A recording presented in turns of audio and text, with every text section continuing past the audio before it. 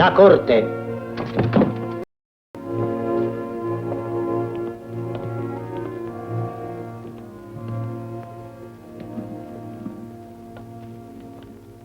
In nome di Sua Maestà Vittorio Emanuele II, per grazia di Dio e volontà della nazione Re d'Italia, dichiaro aperto il dibattimento.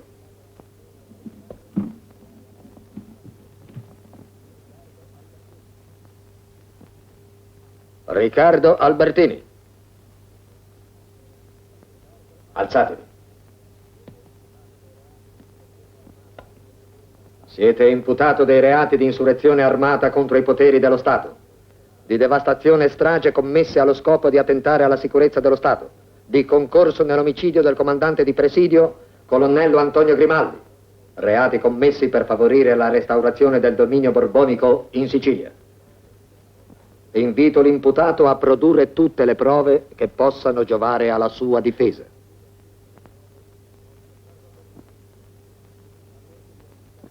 Riccardo Albertini, la Corte vi ha invitato a discolparvi. Io non sono Riccardo Albertini. Mi chiamo Massimo Dal Colle. Questa è una delle tante circostanze che dovrete dimostrare. Esiste un certificato legale dal quale risulta che Massimo Dal Colle è morto. Ancora una volta vi invito a dare alla Corte la vostra versione dei fatti.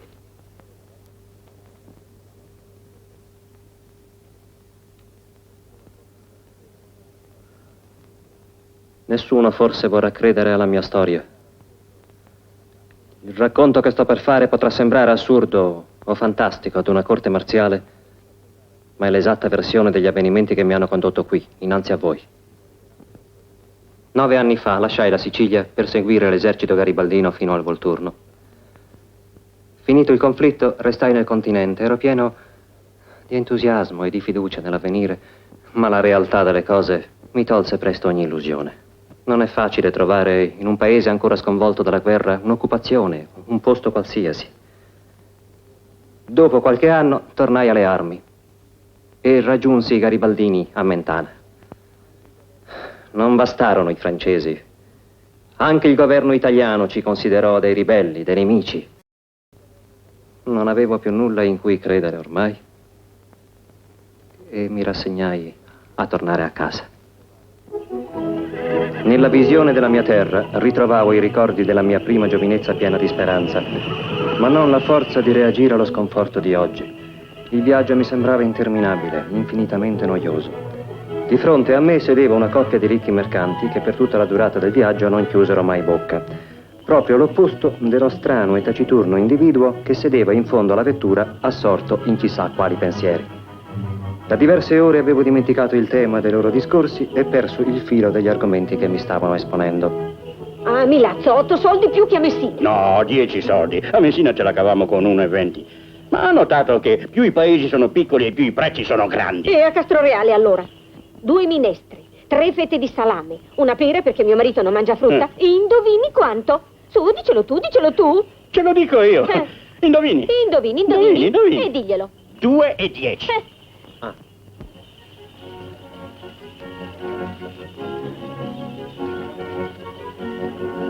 Il percorso, già di per sé lunghissimo, era reso interminabile dalle frequenti soste alle quali era costretta la carrozza a causa del coprifuoco instaurato nell'isola dalla Guardia Nazionale.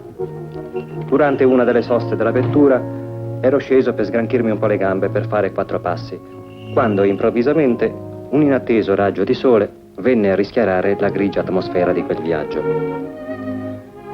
Fu per me molto piacevole aiutare la giovane viaggiatrice a sistemare i suoi bagagli.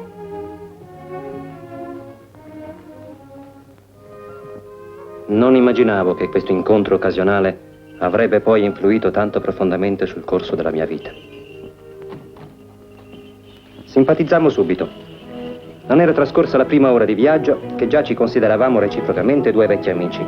Non è facile riscontrare tanta spontaneità in una ragazza di buona famiglia, come sembrava essere la giovane passeggera, specie con dei compagni di viaggio assolutamente sconosciuti.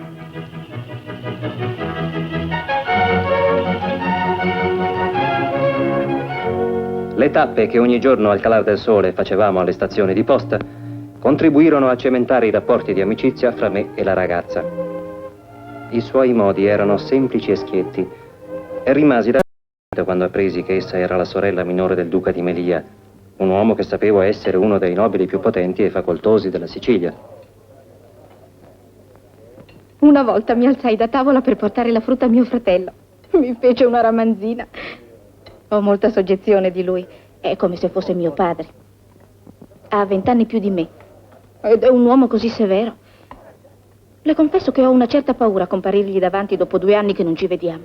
Immagino che suo fratello l'aspetterà con molta ansia. Non mi aspetta affatto. Mi mandò in collegio per la ingarbugliata situazione politica, come dice lui.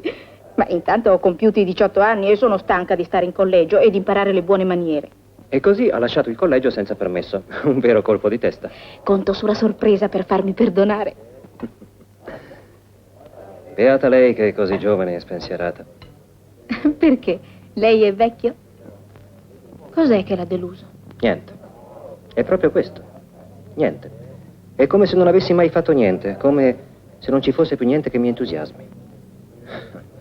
A che serve fare il proprio dovere? Quando queste terre risuonavano per l'entusiasmo di un esercito di giovani che risaliva verso il continente portando con sé la gioia e la libertà, era molto diverso. Perché era diverso? Io ero uno di quelli. Ho perso la gioia e in quanto alla libertà, lei sa perché siamo qui. C'è il coprifuoco. Su, via, cosa c'entra? Non sono discorsi che deve fare un uomo come lei, che ha combattuto. Se la sentisse mio fratello, fanatico com'è della Sicilia. Su, bisogna essere più fiduciosi.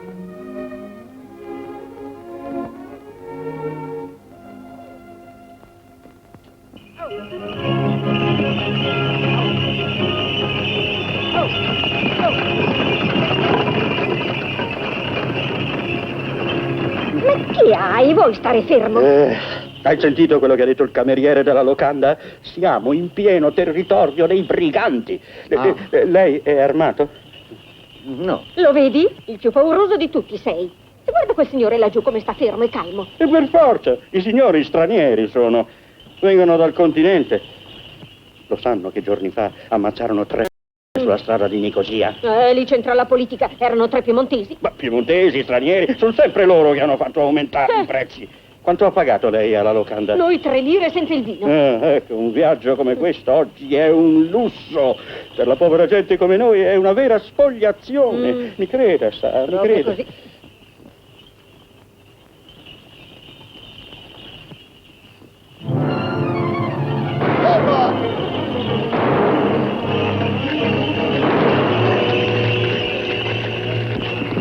Madre, se sono i briganti, io sparo. Tutti a terra. Tutti fuori. Su, presto. Andiamo, scendi. Via. Su, avanti. Sono tutti. I denari. Non abbiamo denaro, io non ho neanche un soldo. Ah, non ne avevi, eh? E questo? Dai qua. E tu? Quella collana. Un momento. La signorina te la darà con le sue mani. Sali su, presto. Ehi, bello. E tu il tuo denaro non me lo dai con le tue mani? No, nelle mie tasche non riesco mai a trovarne. Ma forse tu potresti essere più fortunato. Se tutti i viaggiatori fossero come te... Va, che non ci rimetteresti lo stesso. La paga te la danno ugualmente. Ti piace scherzare. Ma stai scherzando con Michele Caruso? Ah, sei tu. Ne ho sentito parlare. A proposito di quei 3 soldati sulla strada di Nicosia. Per questo parlavo di paga. Massimo. Di testa dura il giovanotto. Ai tipi come te è un peccato spararci. Quando ce n'è uno, Michele Caruso gli concede l'onore di un colloquio a 4 occhi. Arrivederci a presto. Ma certo. Ho una laurea in legge. Mandami pure a chiamare quando sarai in galera. E spero che sarai il mio primo cliente. A presto. Ho detto. Ehi tu! Vieni qua. Che hai in quella borsa? Niente, sono medico.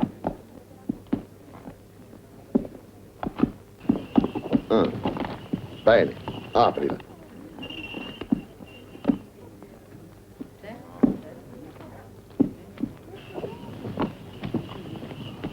Sali pure.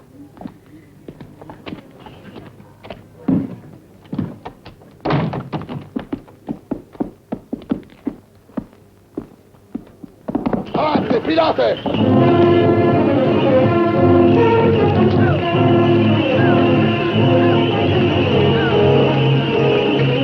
Vergine Santa, anche questa ci voleva.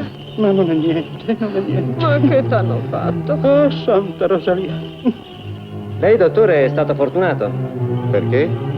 Aveva dei quattrini nella borsa e invece le hanno portato via solo una busta. Una busta? No, lei sbaglia. Mi hanno portato via proprio quattrini, quei manigoldi.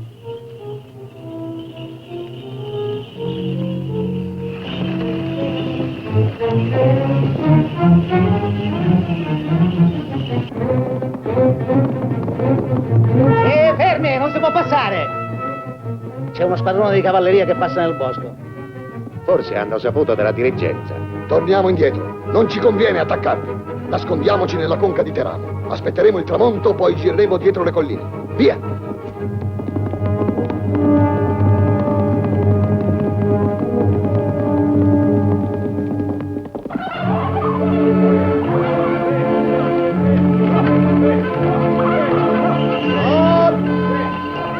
Da quella parte!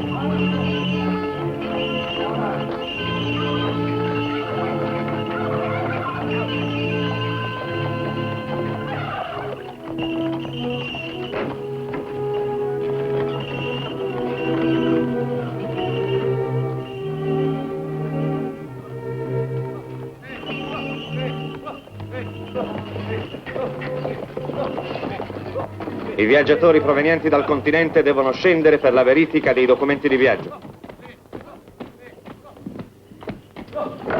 E quando potremo... Più tardi dobbiamo ispezionare anche i bagagli.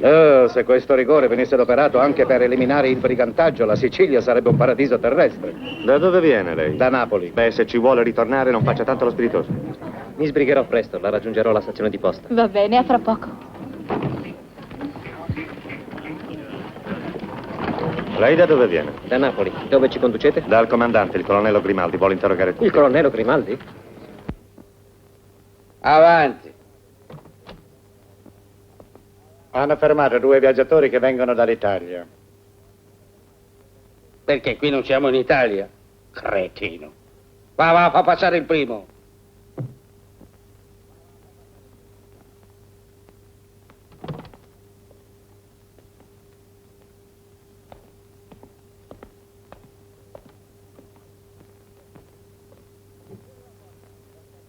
Che fai? Chiudi la porta e aspetta che ti chiami. Documenti di viaggio.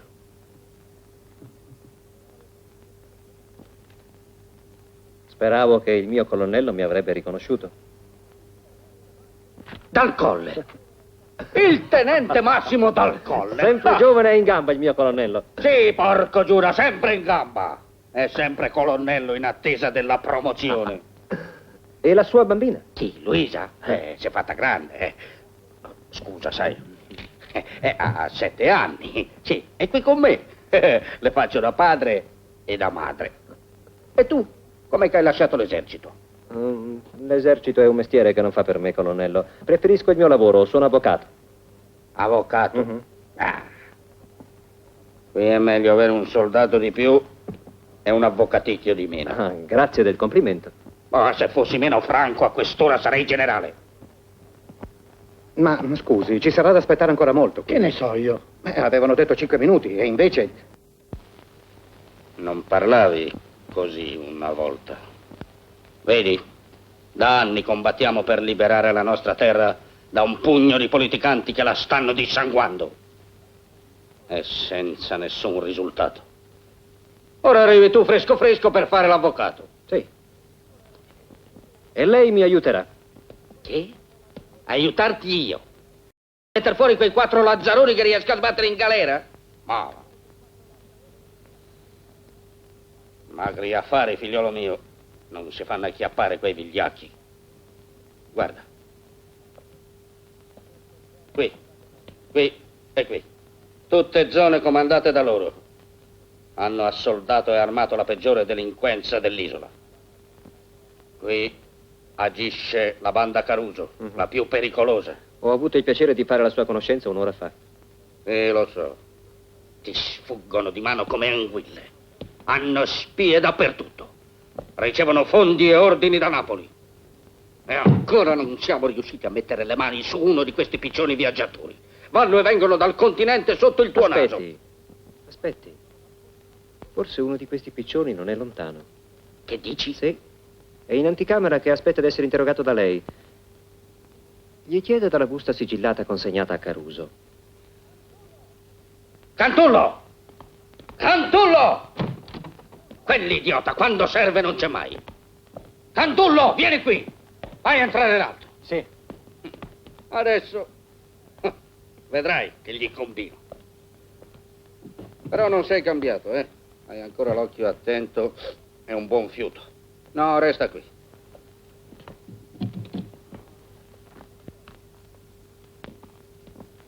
Venite avanti. Il vostro nome e i vostri documenti. Mi chiamo Riccardo Albertini, sono medico. Che cosa siete venuto a fare in Sicilia? Sono chirurgo, vengo ad esercitare. Tra poco servirà a te il chirurgo. Se non sputi fuori tutto. Badate a ciò che fate. Io sono un libero cittadino. Lo eri e non so quando tornerai ad esserlo. Hai consegnato una busta al bandito Caruso. Non è vero. Abbiamo catturato Caruso mezz'ora fa. No. È quest'uomo che ve l'ha detto. Allora è vero, eh? E a chi era diretta quella lettera? Avanti! Vuota le tasche. Vuoi che ci metta le mani io? Va bene. Vigliacchi.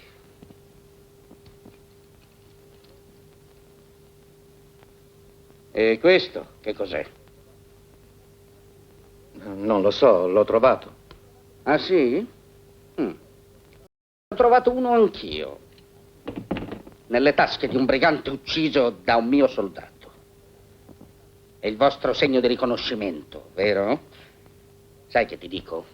Potrei anche farti fucilare. Parla! Parla! O non parlerai più! Quant'è vero che ho la voglia di strozzarti! Parla! Parla! Parla!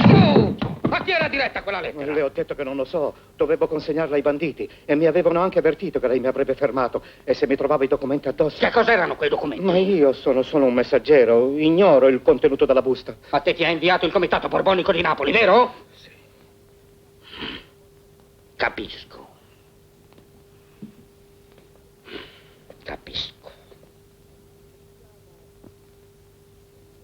Ammettiamo che io ti avessi lasciato libero e sarei stato un bel fisso.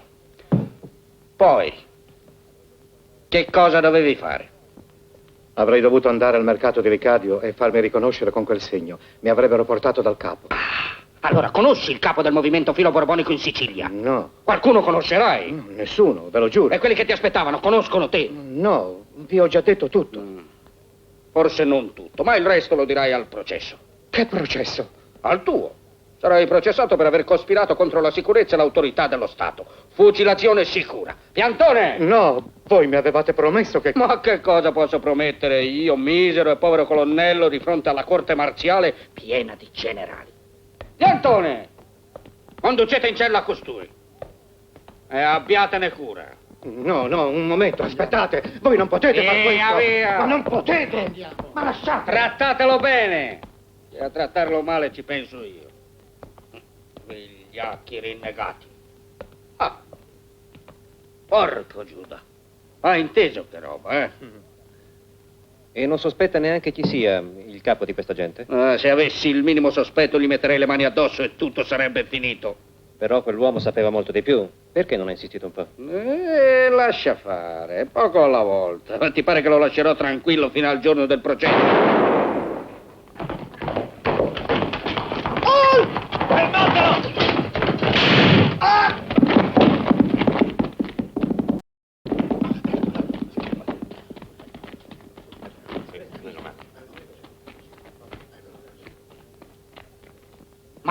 uccisione. Vieni, andiamo a sentire. Speriamo che non l'abbiano ucciso. E ci mancherebbe l'unica briscola che avevo in mano. Signor colonnello, Vabbè. il prigioniero ha tentato di scappare. Avevo dato ordine di fermarlo, ma disgraziatamente è stato colpito. Morto. Disgraziati, ma dovevate sparargli alle gambe. E che aspettate?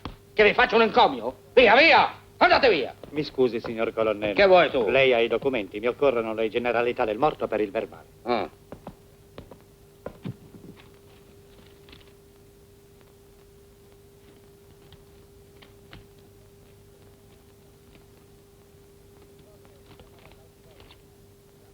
Il morto si chiamava Dal Colle. Già, tenente Massimo Dal Colle. Ecco qua. Mi era già stato segnalato come disertore. Vai.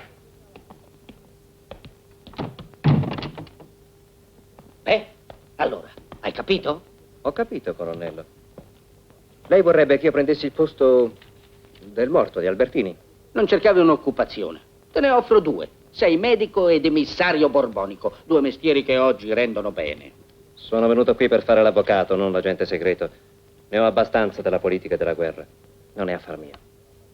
Ti sei dimenticato quello che hai fatto nel passato? È lei che ha dimenticato una cosa. Cosa? Che non ho più la divisa addosso. E che differenza c'è? No. No, colonnello, non voglio. Se tu avessi ancora la divisa, ti farei vedere io. Ma non l'ho. E non sopporto più né superiori né ordini. Revochi la dichiarazione di morte, dica che si è sbagliato. E mi restituisca i documenti con il visto. Va bene. Torna fra mezz'ora. Il tempo di registrarli. D'accordo. Arrivederci, colonnello. Arrivederci. E scusa, sai. Amo i colpi di scena. E questo era bellissimo. Pazienza, mi sono sbagliato. A tra poco, eh?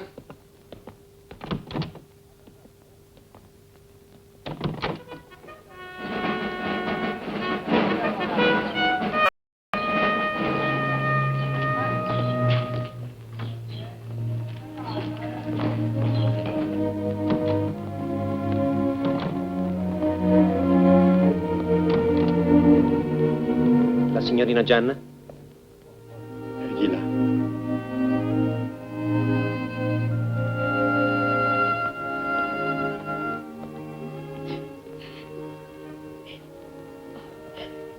Il fratello.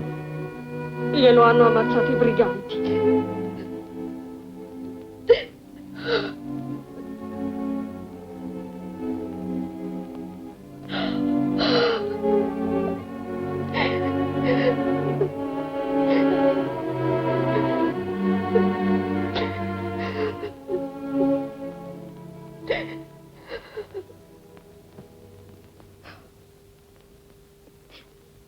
Ma perché lo hanno fatto? Non so. I fuorilegge lo avevano ricattato, ma lui non ha ceduto. Non si è voluto piegare. Hanno fatto saltare la roccia mentre passava. Ora il suo corpo è ancora lì sotto, sepolto. Deve aver coraggio. Suo fratello era orgoglioso di quello che faceva. Mio fratello amava la Sicilia e voleva che tutti fossero uniti. E ora è morto. Aveva ragione lei. A che serve fare il proprio dovere? Avevo torto, invece. Sì. Altri faranno quello che suo fratello sognava. Che sarebbe di questo paese, di noi tutti, se non ci fosse chi compie il proprio dovere oscuramente, senza mire di compensi, senza gloria? Coraggio, Gianna.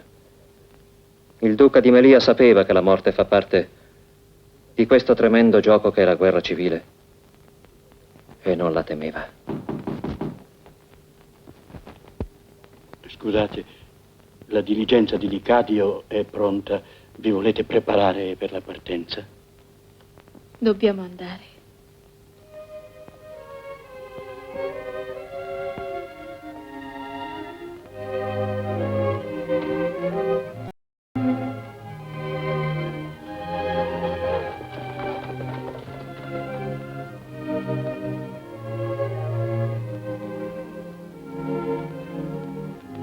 Io non parto, Gianna. Perché? Non posso dirtelo, almeno per ora. Va, Licadio, torna a casa tua. Signori, si parte! E quando ci rivedremo? Presto. Ti raggiungerò presto, te lo prometto. Forse domani stesso o dopodomani.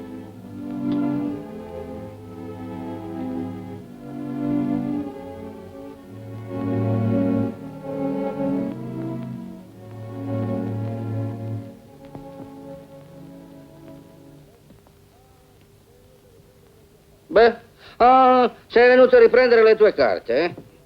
Ma dove sono? Dove le avrà messe quel cretino di Cantullo? Aspetti.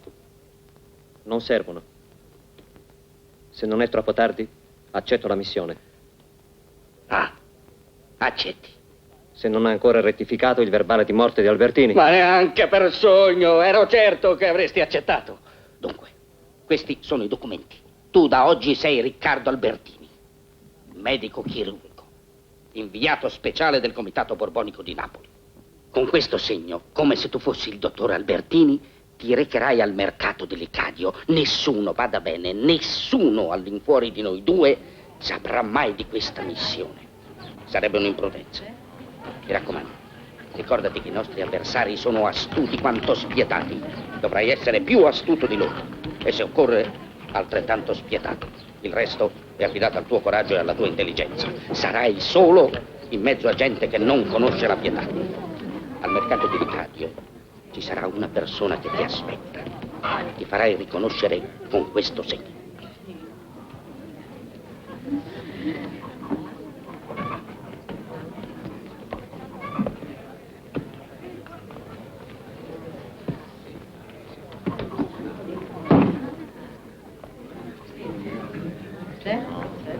Desiderate, signore? Uno di questi.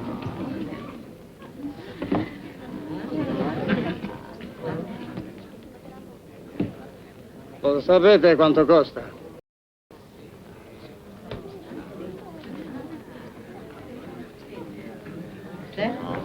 Va bene, signore. Andate alla locanda, prendete una camera. Dite di essere stanchissimi e ritiratevi per riposarvi. Invece fra 3 ore andate al mulino abbandonato sul fiume. Ma che nessuno vi veda, eh? Al mulino aspettate, una carrozza verrà a prendervi. Dove mi condurrà? Non lo so. Conosci il capo tu? Bacio le mani. Ah, per questo sei venuto? Sì.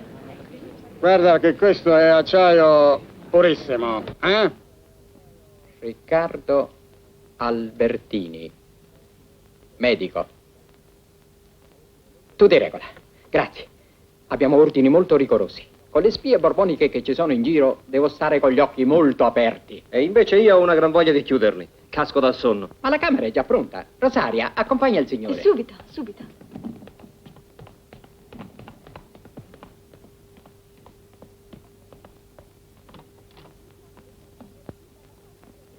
Le piace, dottore? È la più bella stanza che abbiamo. Ah, figuriamoci le altre. Ma le lenzuola sono pulite. Il cliente che c'era prima ci ha dormito una notte sola. Bene, e adesso andate, eh? Non disturbatemi per nessuna ragione, voglio dormire fino a domattina. Riposate bene, dottore. Più tardi lasciai la locanda passando per la finestra che dava in un orto retrostante la casa e che si apriva appena ad un paio di metri dal suolo. Raggiunsi il mulino abbandonato, senza che nessuno avesse modo di accorgersi della mia assenza. Il coltellinaio mi aveva detto che una carrozza da questo luogo mi avrebbe condotto dove speravo di fare la conoscenza con il capo del movimento insurrezionale borbonico. Al mulino non c'era nessuno, ma non attesi molto.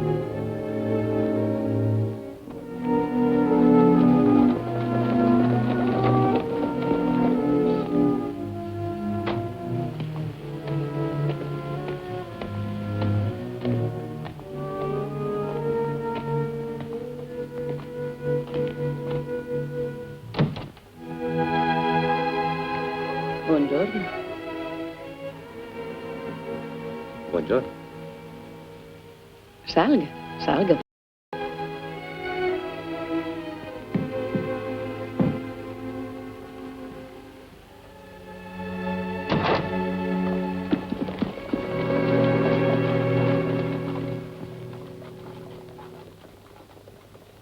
Non aspettava una carrozza, dottor Albertini? Sì, ma non mi aspettavo di trovare lei nella carrozza. Anche i cospiratori hanno le loro civetterie. Io sono una di queste. Ciò che rende i cospiratori più apprezzabili. Potrei dire io la stessa cosa dopo aver scoperto un cospiratore come lei? Sono così diverso dagli altri? Molto. Più di quanto lei creda.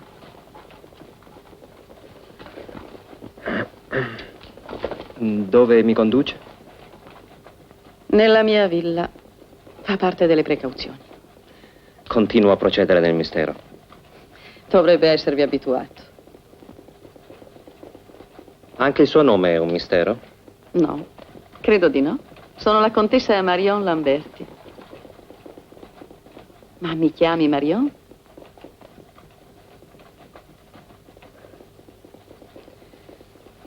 E perché hanno mandato proprio lei a prendermi? Fa parte delle precauzioni. Un uomo che viene dal continente per un'avventura sentimentale non desta sospetti. Non le pare? In questo caso sono grato alle precauzioni. Avevo ragione dicendo che lei è diverso. La galanteria è cosa rara da queste parti. Probabilmente qui manca il tempo e lo stato d'animo per praticarla. Sì, ma a volte può essere necessaria. Ferma! Presto, mi abbracci.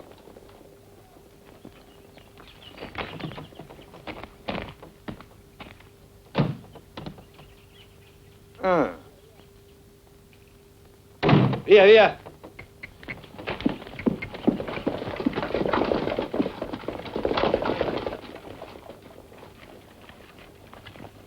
Anche questo fa parte delle precauzioni?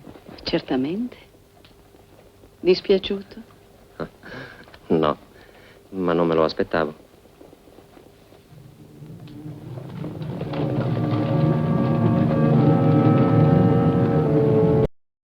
Il tragitto fu più lungo di quanto non supponessi. Quando raggiungemmo la residenza della contessa Marion Lamberti era già notte. L'esistenza di una villa tanto ricca ed imponente, proprio nel cuore di una delle zone più impervie e deserte della Sicilia, fu una cosa che mi stupì molto. Ma non doveva essere l'ultima delle mie sorprese, né la più strabiliante, come ebbi modo di constatare quasi subito.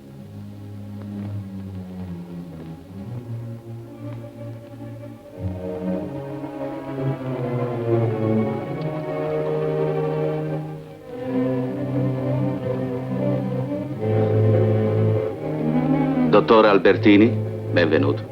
Sono lieto di conoscerla personalmente. Grazie. Lei sa chi sono io? No, signore. Bene. Vedo che i miei ordini sono stati scrupolosamente rispettati. Sono il duca di Melia. Si meraviglia? Tutti credono che lei sia sepolto sotto le rocce, signor Duca. Ecco il perché della mia sorpresa. Il duca è perennemente combattuto fra la necessità di dover agire sottoterra e il desiderio di vivervi sopra il più clamorosamente possibile. Questo avverrà un giorno e tutta la Sicilia sentirà parlare di me. Ma fino a quel giorno nessuno saprà che il duca di Melia è vivo e che ha nelle sue mani il destino del suo paese. Voglio essere libero di agire. Un uomo morto non suscita sospetti, ma solo qualche rimpianto, poi tutto si dimentica. Non tanto presto. Sulla diligenza che mi ha condotto a Licadio c'era sua sorella. L'ho saputo poco fa, non mi aspettavo il suo arrivo. D'altra parte non posso modificare i miei piani. Mi dispiace molto per Gianna, mi creda. È la sola persona che amo veramente. La prego, Albertini.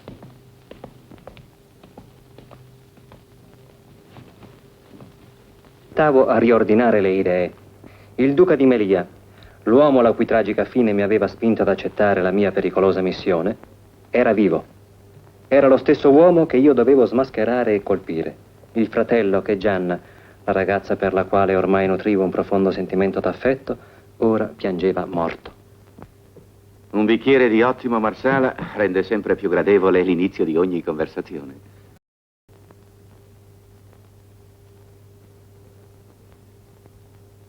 Allora, caro Albertini, vogliamo parlare un po' fra di noi?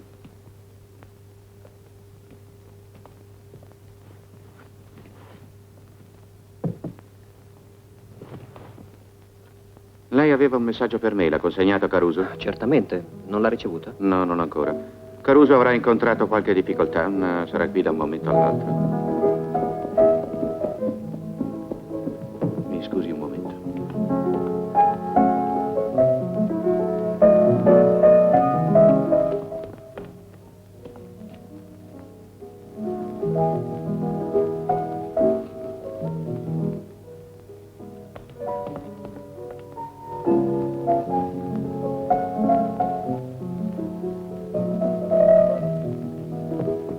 Dottor Albertini, mi fa ricredere circa le sue doti di galanteria.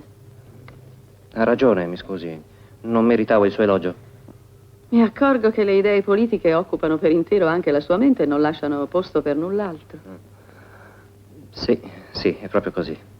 È giusto, se gli ideali sono molto importanti. Ma un uomo mi piace soprattutto se riesce ogni tanto a dimenticarli. Almeno quando è con me. Abbiamo dovuto aspettare e prendere la via più lunga.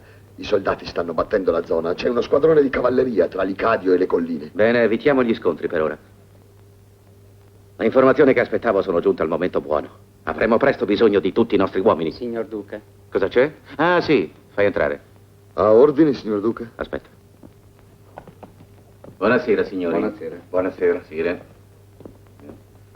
Ho notizie importanti da darvi. È giunto il messaggio che attendevamo. Anch'io ho qualche notizia interessante. Ho visto il nostro informatore del comando delle Guardie Nazionali. Il dottor Albertini è qui? Sì, perché? Ho saputo qualcosa che lo riguarda. Quando si ama veramente un uomo, si amano anche le sue idee, le sue ambizioni. Io amavo il Duca. È per questo che ho abbracciato la sua causa. Ma non posso ammettere che quelle idee e quelle ambizioni vengano anteposte a me stessa. Così non l'ama più.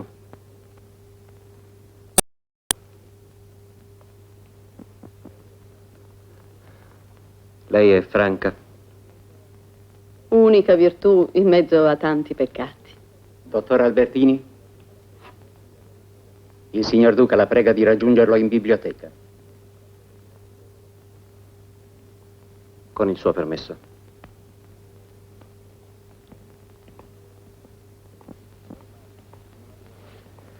Ormai non avevo modo di tirarmi indietro.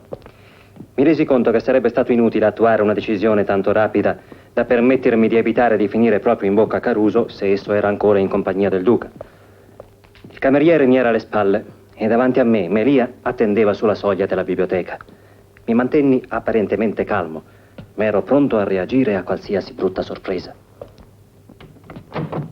Caruso, fortunatamente, non c'era. Venga avanti, Albertini. Lei è stato trattenuto per circa 3/4 d'ora dal colonnello Grimaldi, se non sbaglio. Sì? E che le ha detto?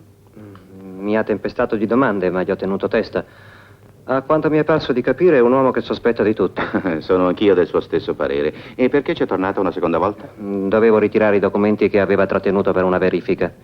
Probabilmente aspettava qualcuno sul quale mettere le mani. Per mia fortuna è toccata a un altro, un disertore. So anche questo, ho buoni informatori al comando, sempre alle costole di Grimaldi. Signor Duca, ho l'impressione che lei stia dubitando di me. Ho attraversato la Sicilia in stato d'assedio per portarle un messaggio di Sua Maestà. E un uomo sa che sono stato io a portarlo. È Michele Caruso. Lo chiami, mi riconoscerà. No, Albertini, nessun sospetto. Solo prudenza, non me ne vorrà per questo. Le presento i capi del nostro movimento. Il generale Anton de Ribera. Complimenti, dottore. Il conte di Marciano. Molto lieto. Intendente Mercalli. Complimenti. Il barone Sangemi. E l'avvocato Mottola, ex consigliere di Sua Maestà. Bravo, Albertini. Una bella prova. Grazie. Seguano, signori.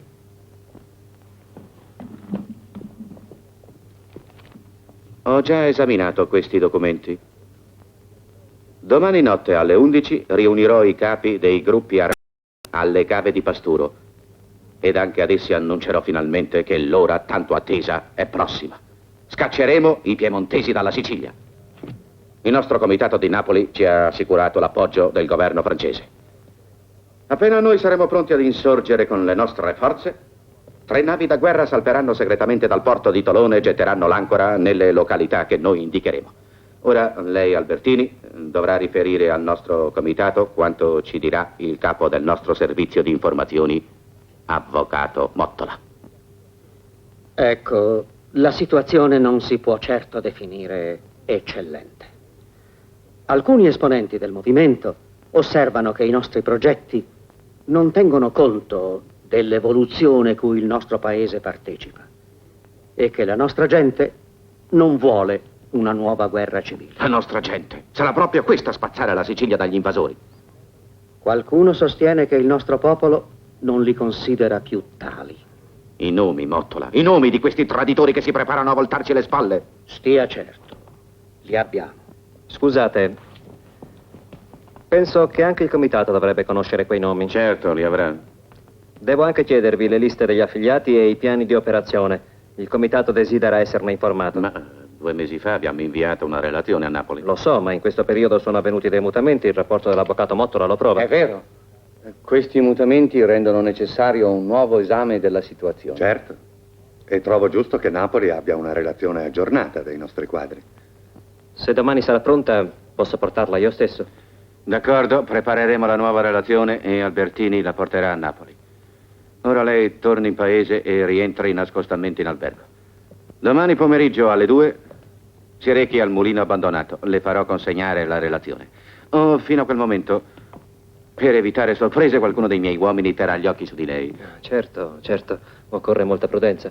E chi mi porterà i documenti? La contessa Lamberti. Una donna non desta sospetti. Bene. Signori.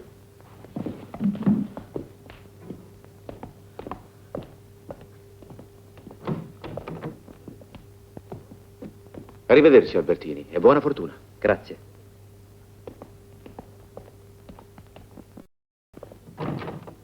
Finito il consiglio di guerra? Sì, è finito, ma non posso restare qui. Gli ordini sono di tornare subito in paese e domani ripartire per Napoli. Ah, così presto. Dunque siamo all'addio. Non ancora. Domani ci vedremo di nuovo alle 2, al mulino. Dovrà portarmi dei documenti. Bene, ci sarà tempo per i saluti allora. È quello che mi auguro. A domani. A domani.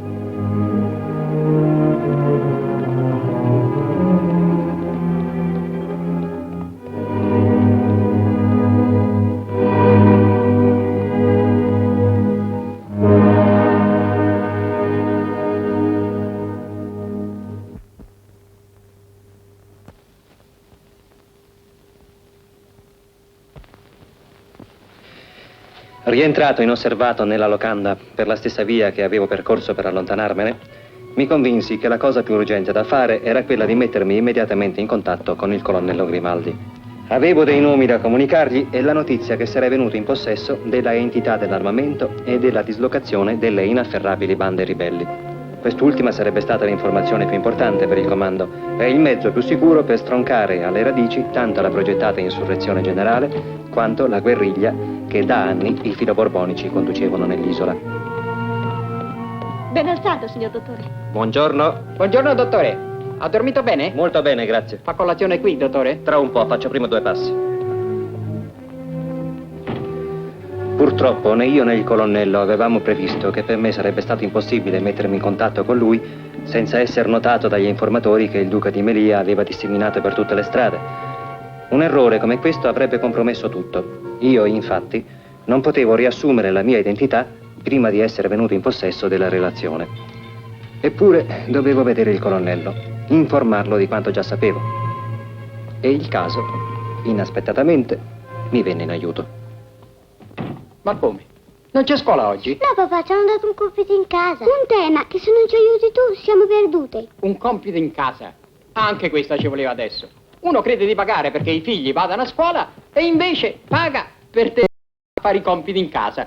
Ha un fiammifero, per favore? Subito, dottore. Certo che 2 bambine debbono essere un bel pensiero. 2? Ma no, dottore, quella non è mia. È la figlia del colonnello Grimaldi.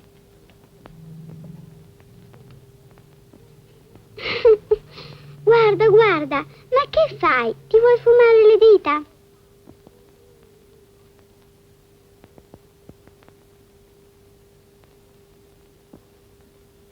Senti un po', Luisa. Ci aiuti a fare i compiti? Volentieri. Tu sei dottore, dovresti essere meno ignorante di papà. Ieri mi ha fatto sbagliare e ho preso un brutto voto. Ma dopo il compito lo farai vedere a tuo padre. Sicuro, devi firmare quello di ieri. Non dia retta a quelle ragazzine, dottore.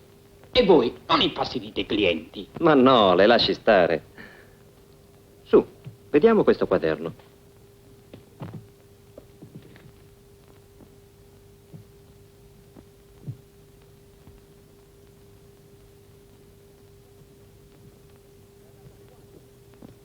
Ti ha dato 4. Che bella soddisfazione mandarti a scuola. La maestra mi ha dato 4 perché tu hai detto che sto quadro si scrive con la C. E beh, c'ho quadro, acqua, annacquare. Perché si scrive con 2 C? Si scrive con 2 Q. 2 Q. Questa lettera Q io l'abolirei. Mi è proprio antipatica. Beh, fa vedere. Dove devo firmare? No, papà, è questo. Questo.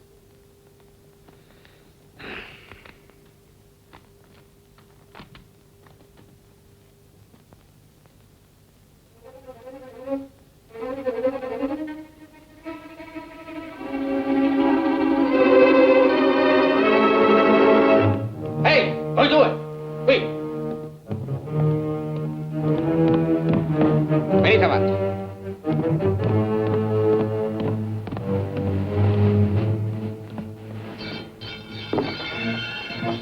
Tu? Perché ti sei messo qua?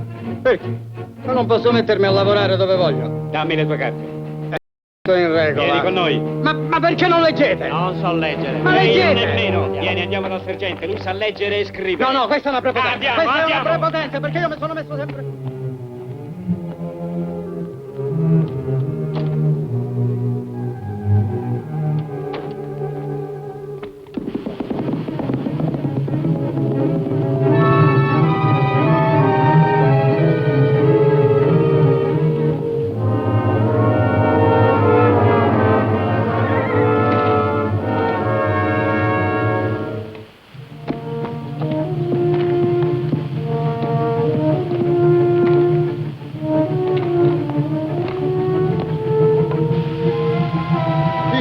Albertini? Sì? Vengo subito.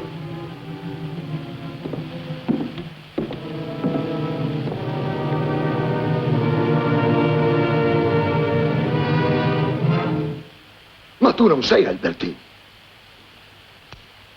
Sei una spia.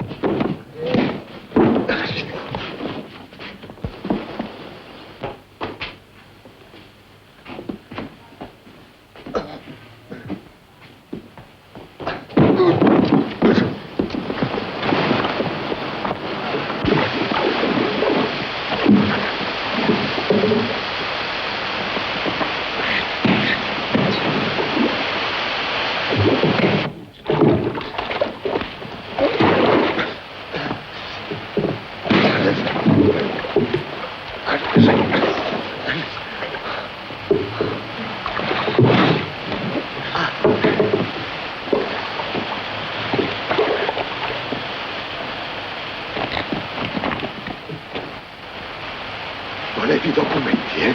Ma li ha ancora il duca e tu non li avrai mai. Carogna.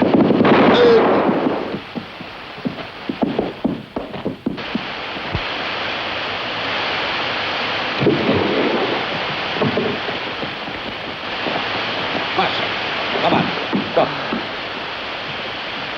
Forza.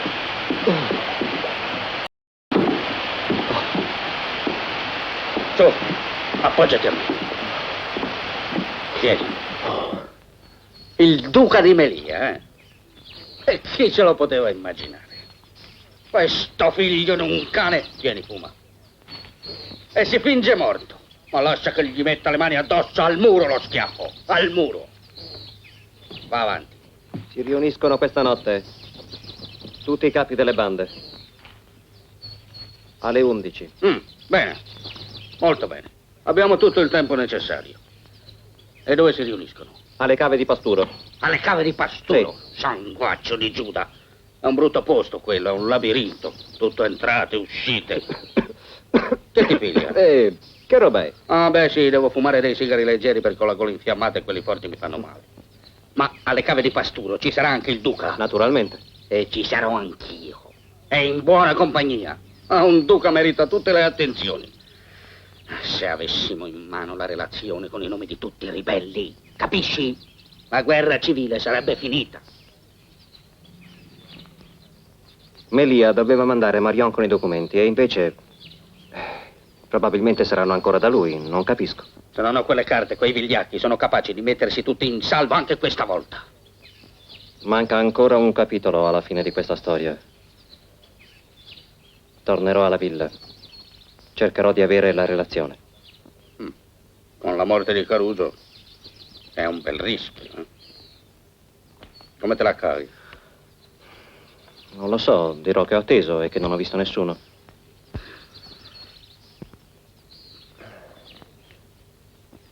Ma che hai?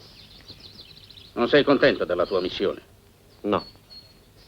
Quando l'ho accettata non sapevo che me ne sarei pentito. Pentito per quale motivo? Per lo stesso che me la fece accettare. Non ho capito, ma non ha importanza. Beh, su, coraggio, che siamo alla fine. E stanotte avremo in mano Melia e tutta la sua banda. Oh, mi raccomando, bocca chiusa con tutti. Un passo falso comprometterebbe ogni cosa. Certo.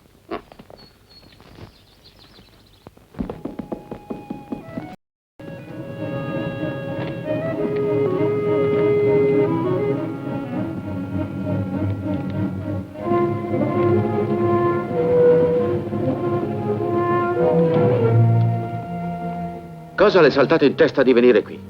Non le avevo mandato a dire che doveva ripartire subito per Napoli? Non ho visto nessuno. Ho atteso per 2 ore al mulino. Com'è possibile? Non ha visto Caruso? Caruso? Non capisco. Non eravamo d'accordo? Sì, noi eravamo d'accordo, ma non i piemontesi. Ricorda Rocco il coltellinaio? È stato arrestato stamani. E da qui fino a Messina tutte le strade sono sorvegliate. Che significa? Che i piemontesi cominciano a fare sul serio.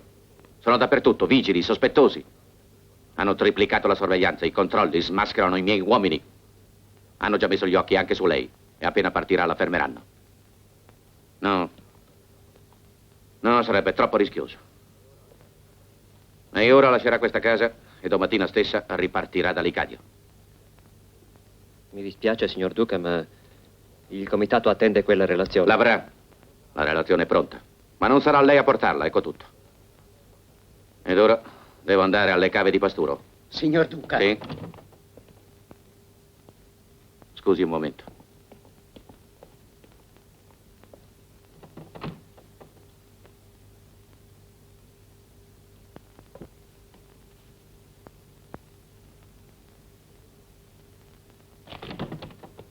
Caruso è stato ucciso. Ucciso? Quell'imbecille si è fatto sorprendere dalle guardie nazionali. Gli hanno sparato, era nel torrente, lungo la strada per Licadio. È pieno di soldati. Hanno sbarrato la via. Senta, Albertini, lei ora non può più tornare in paese, la fermerebbero. Resterà qui finché i piemontesi non avranno abbandonato la zona. E mi raccomando, non si faccia vedere in giro.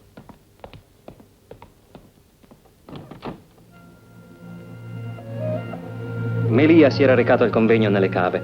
Tra poco sarebbe caduto nella rete tesa da Grimaldi. Ma a me interessava la relazione. Dovevo impadronirmene assolutamente.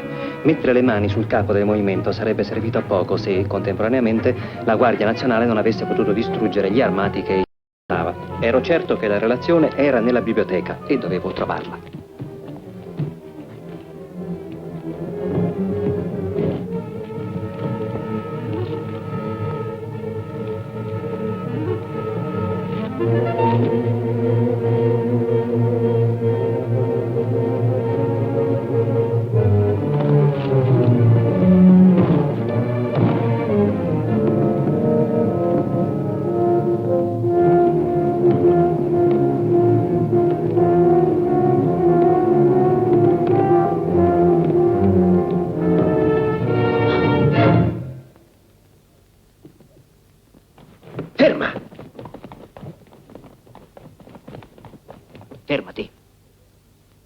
Non servirebbe a nulla. Spia! È la guerra, quella che voi ci avete imposto. Ti denuncerò. Troppo tardi. I vostri nomi sono già noti al comando della Guardia Nazionale. Anche se io fossi preso e ucciso, la tua situazione non muterebbe. Sarai arrestata e processata.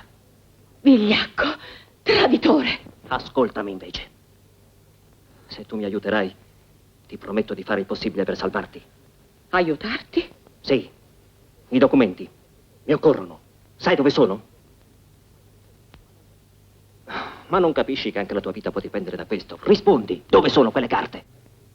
Avanti, parla, tu devi saperlo. Sì, lo so. Ma poi mi porterai via di qui. Giura che mi salverai. Te lo prometto.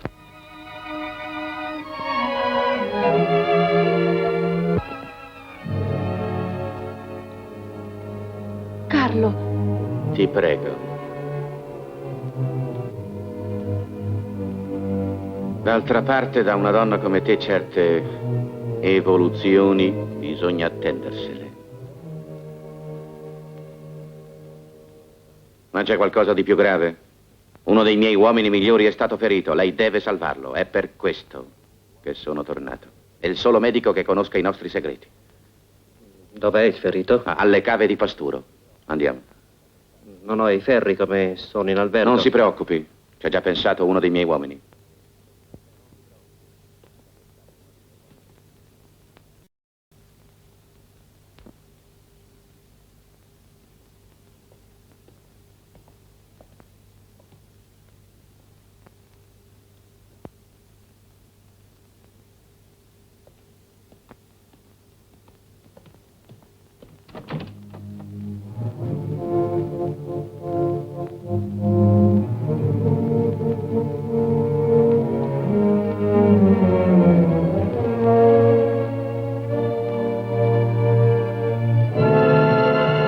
Non potevo prevedere questo colpo di scena.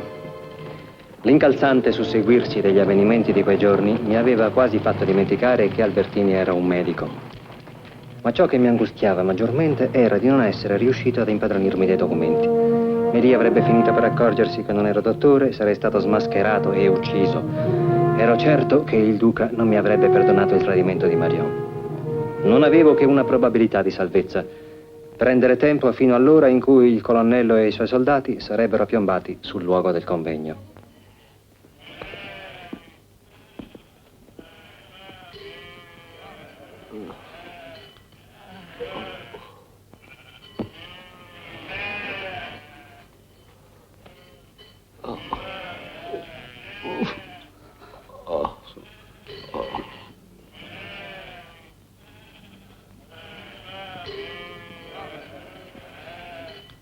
Dottore.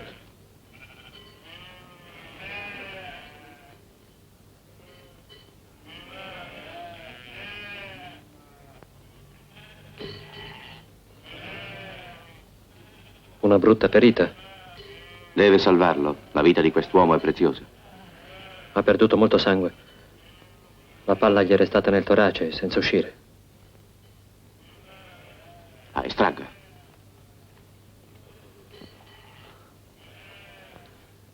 Fate bollire molta acqua. È già pronta.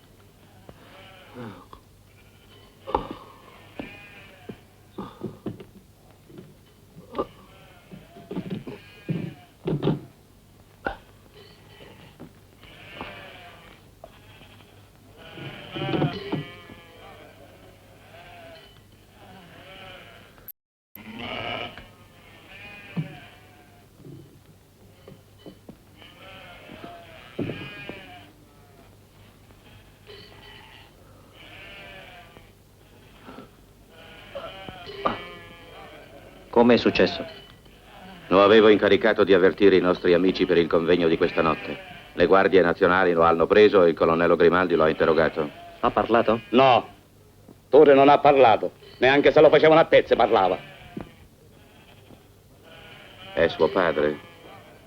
No, Turi non parlò. Riuscì a fuggire. Lo hanno colpito ed è arrivato fin qui.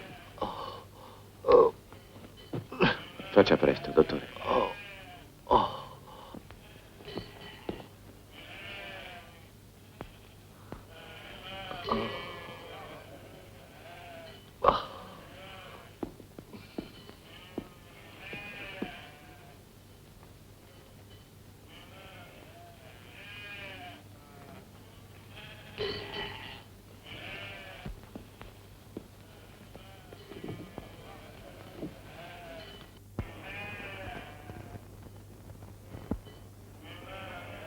Fermo! Ci ha traditi tutti. Le guardie nazionali stanno per circondare le cave. Tuo figlio ha parlato. Portatelo via. Il colonnello Grimaldi sta per arrivare. Avanti, preparatevi tutti. Lo riceveremo come si merita. Fermi! Cosa fa? Non vi muovete! Quest'uomo era innocente. Io ho informato il colonnello Grimaldi. Non mi chiamo Riccardo Albertini e non sono medico. Fermo! Voglio consegnarti vivo alle guardie nazionali. Sono il tenente Massimo Dal Colle, al servizio dell'esercito italiano. È finita, Melia. Tu e il tuo branco di assassini non tormenterete più il nostro paese. È inutile tentare di resistere. Le guardie nazionali hanno già circondato queste cave e tra poco cadrete tutti nelle mani della giustizia.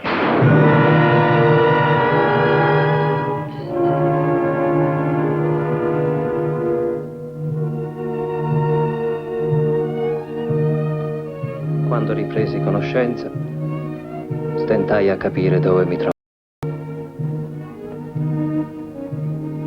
Ma un dolore atroce alla spalla mi richiamò alla memoria gli avvenimenti della notte precedente. Compresi di trovarmi in un'infermeria militare e riconoscendo le divise della nostra Guardia Nazionale, mi sentii sollevato.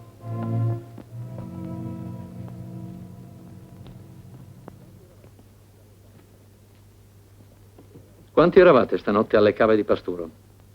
Chi c'era oltre a te? Quasi tutti i capi delle bande, chiamati per ricevere istruzioni dal duca di Melia.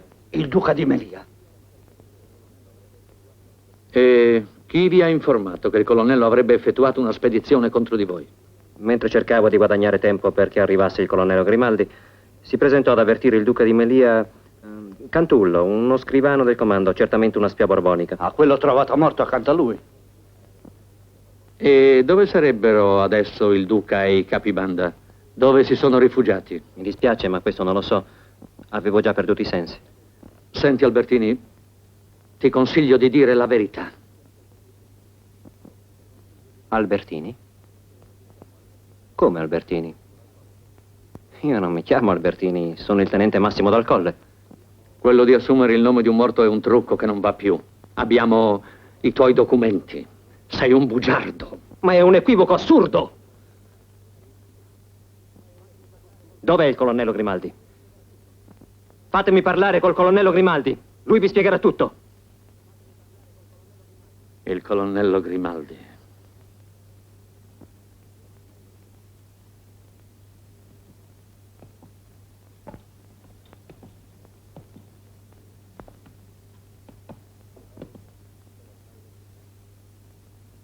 Ecco il colonnello Grimaldi. Impossibile.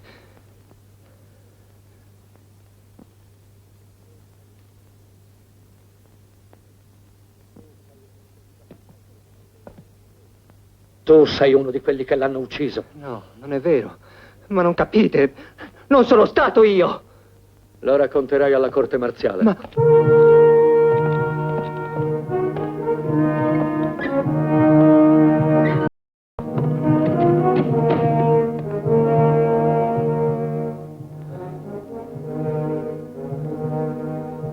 Ecco. Ho finito. Vi ho detto tutto. Questa è la mia storia. Non è dal banco degli accusati che avrei voluto raccontarla, ma spero che essa vi aiuti ugualmente a fare giustizia. L'imputato può sedere. Iniziamo l'escussione dei testi. Eccellenza, avevo chiesto l'incriminazione dell'ex generale Anton de Ribeira e degli altri 4 che, secondo il mio difeso, parteciparono alla riunione del duca di Melia. Queste persone risultano assenti dalla loro residenza da parecchie settimane. Chiedo che il dibattito venga sospeso fintanto che questi uomini non siano stati rintracciati. Avvocato, le ricordo che questa è una corte marziale. Non è possibile concedere una sospensiva. D'altra parte gli alibi dell'ex generale e degli altri sono inoppugnabili. Abbiamo diverse testimonianze in proposito. Grazie, grazie. Me lo immaginavo. Ce le risparmi. Conosciamo il valore di certe testimonianze. Parenti molto strette dell'omertà. Sì, signor generale, facevo parte del drappello del colonnello Grimaldi. Giungemmo in vista delle cave poco dopo le 11. Eravamo certi di coglierli di sorpresa. Improvvisamente, invece, venimmo fatti segno a un violento fuoco di fucileria. Molti di noi caddero, fra essi il colonnello. Rispondemmo al fuoco. Quindi irruppi con i miei uomini nelle cave. Non trovammo nessuno. A terra giaceva quest'uomo con una pistola a fianco assieme ai corpi di altri 3 uomini. Uno di essi era Cantullo, l'impiegato del comando. La difesa ha domande da fare? Eccellenza, vuol chiedere al teste se il colonnello Grimaldi gli disse chi si riuniva nelle cave? Vuol rispondere alla difesa, tenente? Il colonnello, quando mi comunicò la sua intenzione di svolgere un'azione nelle cave, mi parlò soltanto di una riunione fra i capi dei fuorilegge. Ma i nomi? No, non ne fece parola. Mi disse soltanto che avremmo avuto tutti una bella sorpresa. Lei conosceva il colonnello e la sua passione per i colpi di scena. Duchessa Gianna di Meria, risponda alle mie domande. Lei conosce quest'uomo? Sì, lo conosco. Lo conobbi in viaggio. Fu molto gentile con me. Mi disse che ha combattuto per l'Italia. Era sincero. Gli credetti. E gli credo tuttora, perché è un uomo onesto e leale. Signor Presidente, vuol chiedere alla teste se essa crede anche alle accuse che l'imputato ha fatto contro suo fratello. Mio fratello. Signorina, l'imputato sostiene che la morte di suo fratello è una simulazione. Secondo le sue affermazioni, egli sarebbe ancora vivo e nascosto in qualche località della Sicilia. Signor Presidente, vuol chiarire alla teste che l'imputato accusa il duca di Melia di essere il capo e l'organizzatore dei fuorilegge che operano in Sicilia contro i cittadini e le forze dello Stato? Mi oppongo! L'accusa sta influenzando la teste prima che essa abbia completato le sue dichiarazioni. No, tu non puoi aver detto questo. Signorina, ritiene d'avere qualche motivo per considerare giustificate tali accuse? No, no, è assurdo, non è possibile. Non gli credete, non può essere vero. Di che non è vero. Dillo. Dillo se mi ami. Sì, Gianna, è vero. È proprio così. Ma è un'infamia. Sei un vile, un bugiardo. Così in basso sei sceso per salvarti. Ora so che quest'uomo ha sempre mentito. Anche quando lo conobbi. Sempre. Sempre. Per concludere, signor Presidente, l'imputato si scagiona sostenendo che la sua vera identità è quella di un uomo che risulta ufficialmente morto. Cita a testimonio il colonnello Grimaldi, ufficialmente morto. E infine accusa una terza persona, il duca di Melia, anch'essa ufficialmente morta. Mi consente di dire che questa tesi difensiva è perlomeno sconcertante. Rifletta bene sulle conseguenze delle sue dichiarazioni. Per i reati di cui quest'uomo è imputato è prevista la pena di morte. Per quanto riguarda la sua posizione, le posso garantire che le autorità terranno in alto conto una sua leale e franca confessione. È vero che ella scoprì che quest'uomo non era il dottor Riccardo Albertini, ma un agente del comando della Guardia Nazionale? Non è vero. Non lo conosco. Io non l'ho mai visto. La Corte si ritira per deliberare.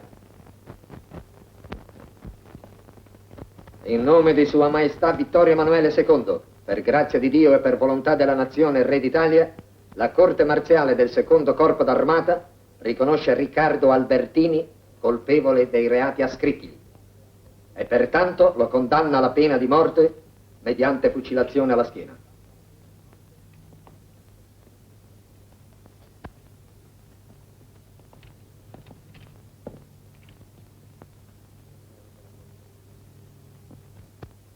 Signori della Corte, chiedo di poter parlare per l'ultima volta. Che cosa avete da dire? Parlate. Il verdetto è stato dato e io non parlerò per implorare la grazia. Solo voglio dirvi la mia amarezza per non essere stato creduto da voi. Lasciatemi! Lasciatemi! Lasciatemi! Lasciatelo. Chi siete? Sono Santi Mancuso, eccellenza, e giuro di dire tutta la verità. Venite avanti. Parlate. Quest'uomo è innocente. Ero alle cave di Pasturo, eccellenza, ad assistere mio figlio gravemente ferito. E prima che arrivassero i soldati, lui, armato di pistola, ordinò a tutti di non muoversi. Disse di essere a servizio dell'esercito. Un bandito lo colpì alla spalla. Poi il duca di Melia ordinò di sparare contro il colonnello e i suoi soldati. Il duca di Melia Ha ucciso anche mio figlio, accusandolo di tradimento. Ma mio figlio non ha tradito. Allora il duca è vivo? È morto. L'ho ucciso io. Con questo.